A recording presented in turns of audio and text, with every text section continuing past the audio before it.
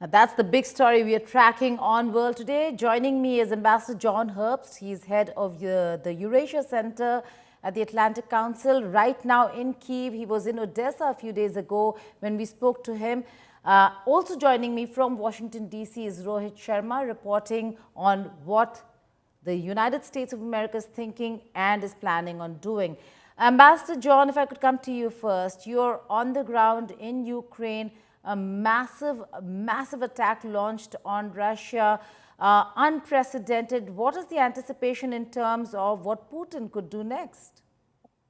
Well, we watch very carefully. We, the United States, myself personally, and Ukraine as well, watch very carefully Russian moves. We note that the official Russian sources have said the strike was insignificant, that the Russian-controlled, the Putin-controlled mainstream media in Russia is also downplaying what happened. Though they note that some serious damage was done, they're saying it's not unprecedented. Only the war bloggers who are not quite controlled by the Kremlin are talking about this as a major blow against Russia. In fact, it is a major blow, but the fact that the Kremlin itself and the Kremlin-controlled media are downplaying it suggests that the Russian reaction will be more of the massive strikes we've seen on Ukrainian civilians, Ukrainian cities, Ukrainian infrastructure over the past 4 or 5 weeks. Well, That's what happened last night. that's an important point. You're saying that they're downplaying it. We'd want to understand why. But before that, let's just understand how DC is looking at this entire attack. Rohit, if I could bring you in. Did the United States of America know that Ukraine was planning such an attack? Because it would have taken a long time. In all probability, they were preparing of such an attack even when Zelenskyy was in DC and was being humiliated, no less, by Trump. Well, look, they've maintained, the White House has maintained, although no official confirmation, but they have maintained that the White House was not aware of these attacks or this planned attack, Operation Spider Web. Uh, President Trump last month called President Putin as a crazy man and he wants peace. And that's the official line. He's pushing for both the nations to go for a full ceasefire.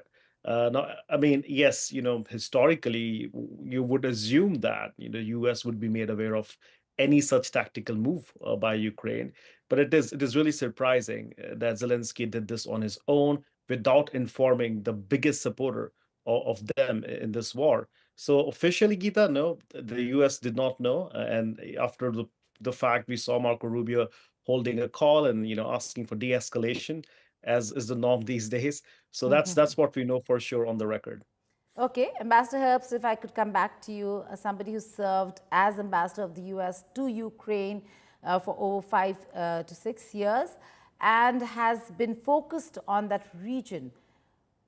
In your estimation, do you think Ukraine would have done this all alone without any support, help, or informing any of its allies, be it the United States of America or particularly Europe over here, that really wants to distance itself, given that they could welcome an attack from Russia? I think that it's not surprising that Ukraine chose not to inform Washington.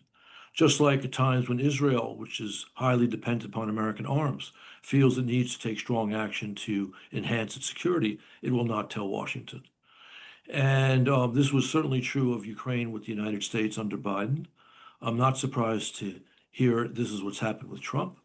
And I've been watching now, the strike, that the successful Ukrainian strike has been known publicly for over 24 hours. There has been no official reaction from the White House, except to say they were not informed in advance. And we know that President Trump is quick to criticize things he does not like. I suspect they recognize that Putin has been obstructing the peace efforts that Trump has spent a great deal of time on, that putting pressure on Russia is necessary to get Russia to make a serious gesture towards a ceasefire. And what Ukraine just did was massive pressure on Putin.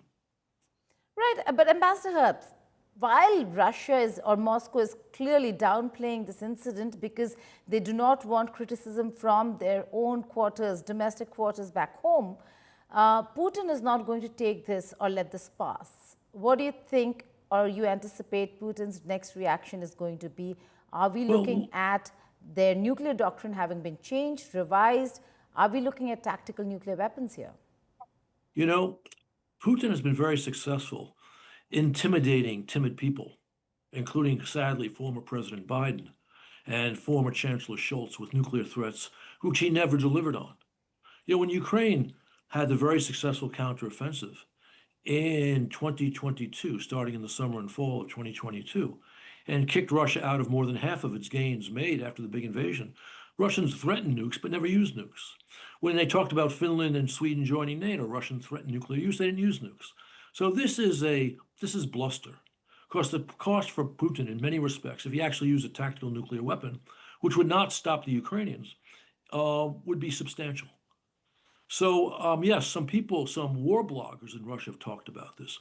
But Putin is downplaying this, and he's ordering the media to downplay it because he doesn't want to be embarrassed, although he has been embarrassed. Because the Ukrainians, if we can believe the reports, have destroyed 1/3 of Russia's advanced bombers. Those are also bombers that can carry nuclear weapons to shoot at the United States. So they have enhanced American nuclear security with this bold strike. That's right. Ambassador Herbst, thank you so much for joining us. You're in Kyiv. Stay My pleasure. safe. But Rohit Sharma, you have just woken up, and so is Trump waking up to this news. We'll wait and see what he has to say about this entire development, especially the fact that, like you said, DC does not know or did not know, was not informed. So there's going to be a lot of fury from DC's side, and we hope you'll be tracking that for us too. Thank you so much for joining us. Thanks for having me.